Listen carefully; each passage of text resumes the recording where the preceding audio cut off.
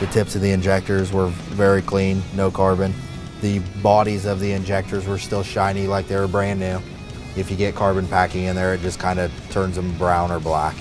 There's no carbon buildup on your spray pattern there. You'll see where each fuel spray out of the tip of the injector is. No carbon. So the spray pattern kind of shows me that the Dieselex Gold that I'm using is working. Right, yes. Yeah. Very clean. Yeah. Million miles on this engine. There is no carbon buildup at all. On the sides, none. And the spray pattern, none. Most of the time, the spray pattern, you'll always have a carbon buildup. No carbon buildup at all. I mean, see these? You can read the part number on there. Yeah. You never can read the part number.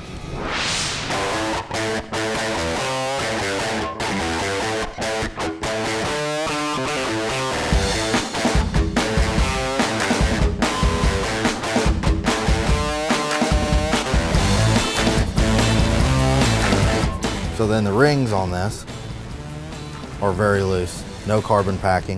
If we were burning oil or the fuel wasn't right, they'd be stuck down. You wouldn't be able to move them in and out at all.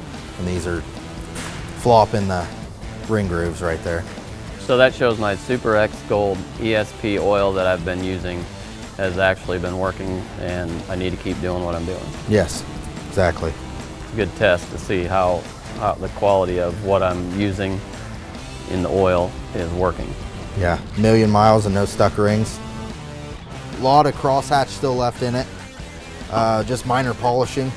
Looks really good for the miles that's on it.